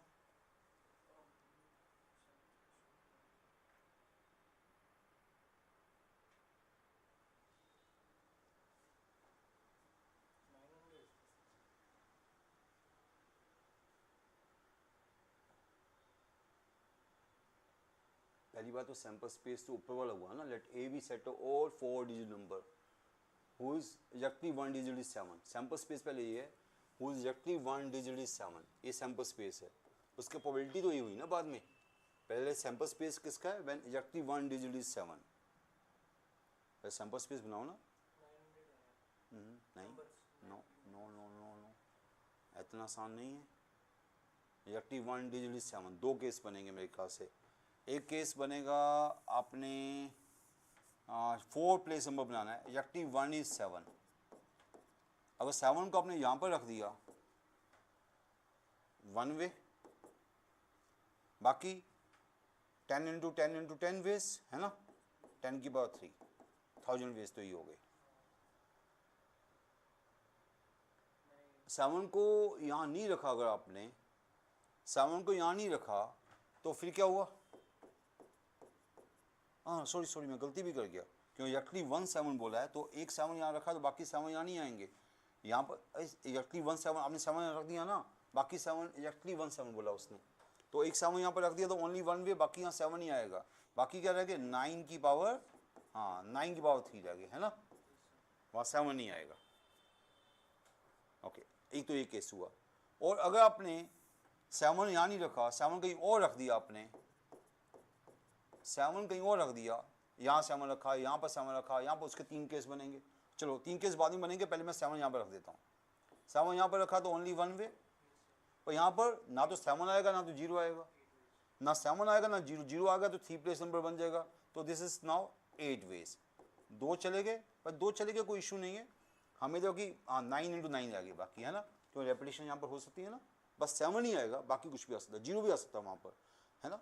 कहने का मतलब है यहाँ पर 7 रख दिया तो यहाँ पर 7 भी नहीं आएगा, 0 भी नहीं आएगा, ओनली 8 वेज। यहाँ पर ओनली 7 नहीं आएगा, बाकी कुछ भी आ सकता है, या ओनली 7 नहीं आएगा, बाकी कुछ भी आ सकता है, तो 9 की पावर इंटू 8। बट क्या ऐसे 3 केस बनेंगे, आइदर 7 यहाँ हो या 7 यहाँ हो या 7 वहाँ हो, ऐसे 3 केस बनेंगे। तो इंटू 3 भी कर दूँ साथ में, इंटू 3, तो दिस प्लस दिस आपका सैंपल स्पेस बना, समझे। तो सैंपल स्पेस बन गया 9 की पावर 3 प्लस 9 की पावर 2 इंटू 8 इंटू 3, ये आपका सैंपल स्पेस बना। पक्का देख लो, यही बना, देख लो सैंपल स्पेस यही बना। थोड़ा सा क्वेश्चन अजीब सा है, पर चेक करो, अब यही बना, देखो सैंपल स्पेस, चेक करो भी एक बार आराम से देख लो।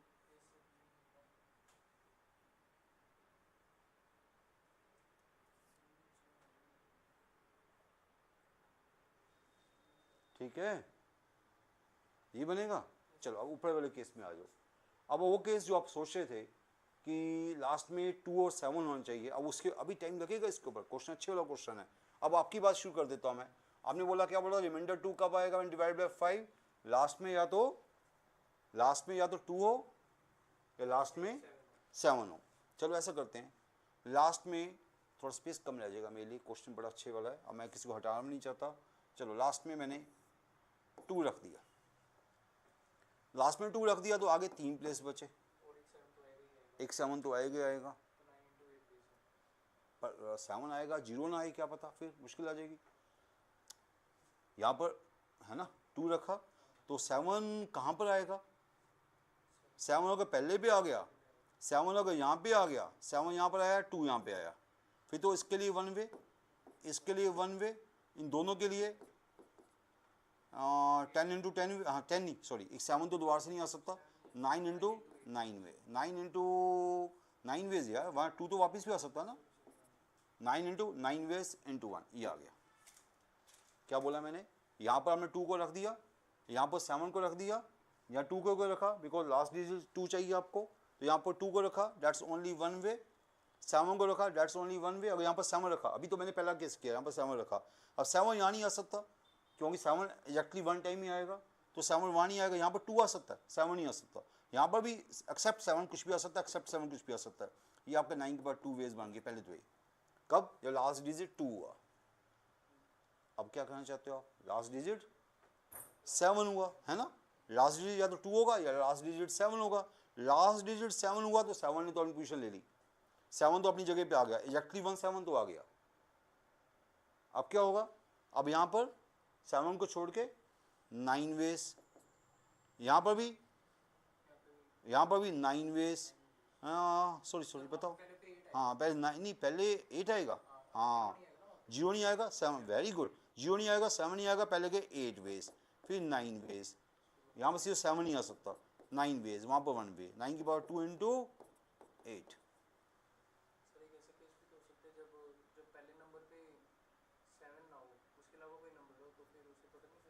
कहाँ पे कह रहे हो, पहले नंबर पे 7 हो, लास्ट में 2 ही हो। एक मिनट है, पहले आपने यहाँ पर 7 रख दिया था, तो यहाँ तो कोई इशू नहीं था ना हमारे पास, ओके।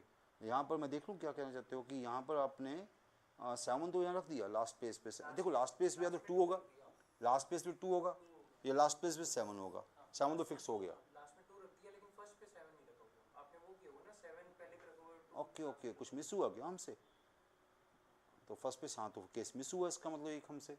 अगर हमने यहाँ पर 2 रखा है, यहाँ पर 7 यहाँ पर रख दिया था मैंने, हाँ तो भी एक और केस आएंगे ना, कौन से केस आएंगे, यहाँ पर 2 रख दिया, यहाँ पर 7 रख दिया था मैंने पहले, ठीक है, यहाँ पर 7 नहीं रखा, वो भी वो दो केस बनेंगे, यहाँ पर 7 हो सकता है, यहाँ पर 7 हो सकता है, राइट बिल्कुल ठीक है, हाँ राइट बिल्कुल सही जा रहे हो आप।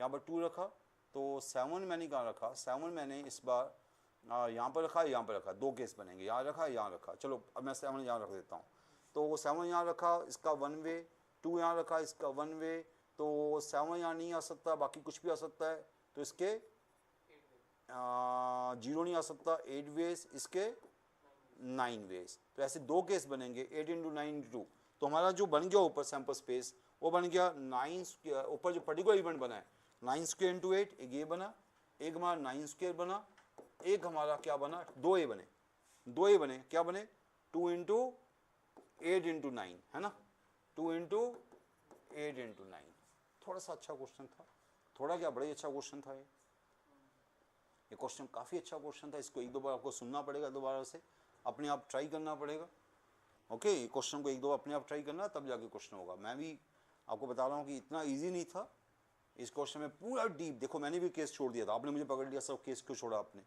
मैंने भी केस को छोड़ दिया था, मैंने यहाँ पर 7 रखा था भाई, यहाँ पर 7 नहीं रखा था, ओके, वो भी आपको करना था, बिल्कुल सही पकड़ा आपने, तो ये आपका आंसर आएगा। और अच्छी बात है कि 9 स्क्वायर, 9 तो कॉमन आके कट भी रहा ऊपर नीचे से, है ना, कुछ चीज़ें कॉमन आएंगी उसको कैंसिल कर देना, क्योंकि कैलकुलेशन नहीं तो मुश्किल हो जाएगी। 9 9 9, ये 9 एक कट जाएगा यहाँ से, एक 9 की पावर 1 बनेगा, 9 की पावर 2 बनेगा, ओके। अब थोड़ा सा इजी हो जाएगा, बाकी भी कुछ कदम कटाई बड़ी ज़्यादा होगी, ठीक है, कर लूँगे इसके आगे, ओके कर लेना इसको, काफ़ी अच्छा क्वेश्चन था, काफ़ी ज़्यादा अच्छा क्वेश्चन था, मैं आपको पहले ही बोला था कुछ क्वेश्चन अच्छे वाले लेके आ रहा हूँ आपके लिए, क्वेश्चन नंबर 33 ईजी है, ये आप कर सकते हो, ये मैं करवाना नहीं चाहूँगा, ये आप कर सकते हो। वही सेम क्वेश्चन है, 7 डिजिट नंबर है, 3 3 this probability that number so form divisible by 2, पता ही आपको लास्ट में इवन रखोगे, 2 रखोगे, सॉरी या 4 4 रखोगे, तो ये तो इजी है, तो आप कर लोगे, आप नहीं हुआ तो दोबारा से पूछ लेना।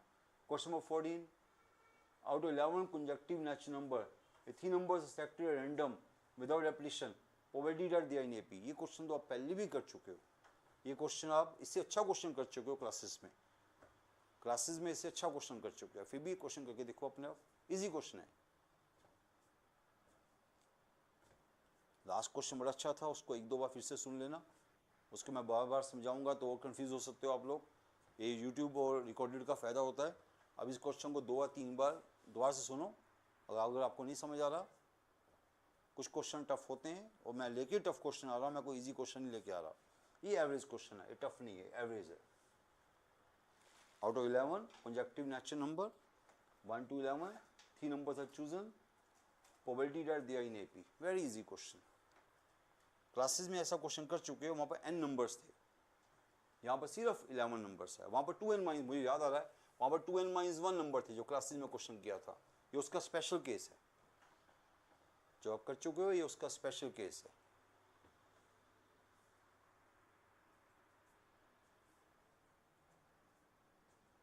इजी होगा, ये तो बड़ा इजी लगेगा आपको।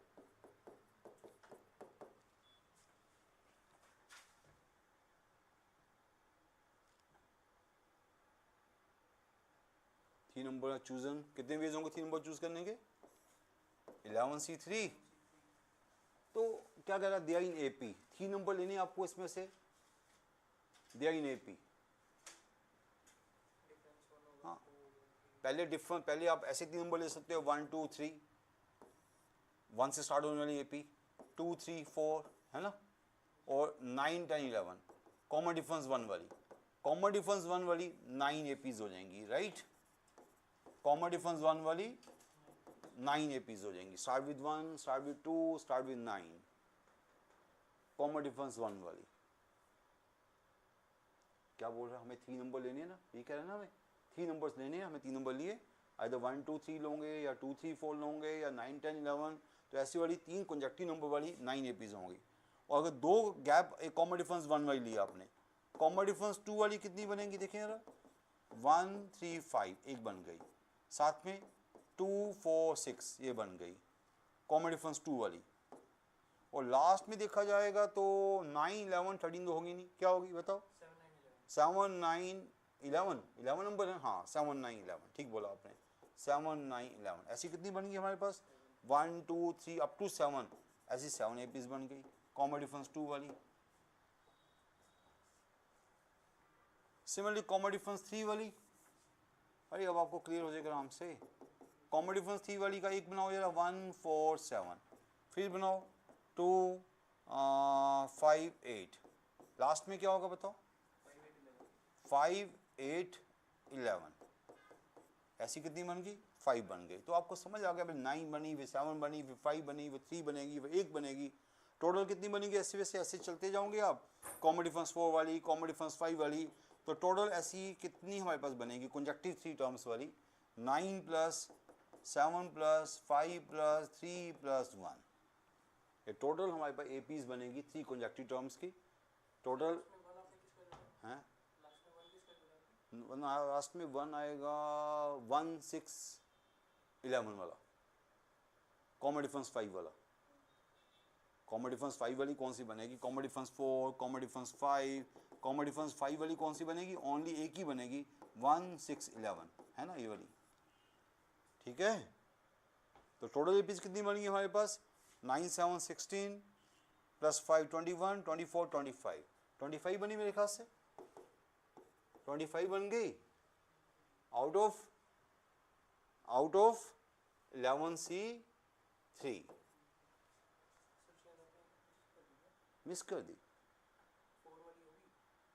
4 वाली, हाँ 4 वाली 3 होंगी ना, 4 वाली, हाँ कॉमन डिफरेंस 4 वाली होंगी, चेक करो जरा, नहीं होंगी तो बताओ मुझे क्या होगा, 1 5 9, और बताओ 2 6 10, और बताओ 3 7 हाँ कितनी होगी, 3 हो तो गई, अरे होनी थी ना वो, तो हो गई, 3 हो गई, ठीक है। तो कितनी होगी टोटल हमारे पास, 25 हुई।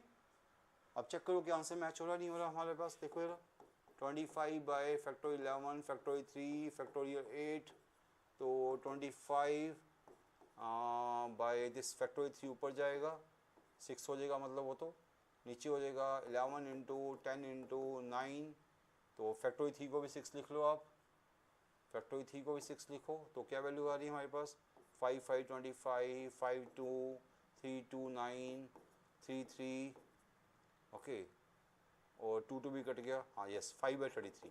आपका आंसर क्या आ रहा है, 5/33 है कोई चॉइस में, ये आपका आंसर आ गया, ठीक है।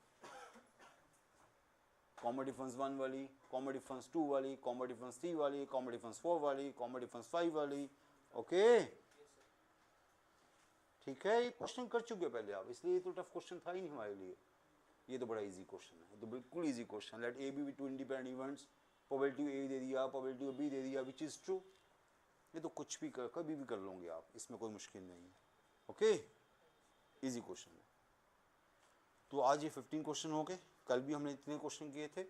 एक और लेक्चर लूँगा अभी मैं अभी आपका, कि प्रोबेबिलिटी मेन चैप्टर है, तो अभी इसको छोड़ेंगे नहीं हम, क्योंकि अभी हमारे पास कुछ क्वेश्चन उसके भी हमें करने पड़ेंगे, प्रोबेबिलिटी डिस्ट्रीब्यूशन है ना, probability distribution question, binomial distribution, normal distribution, और साथ में वेरिएंस, हाँ वो क्वेश्चन भी लेके आने होंगे आपके लिए।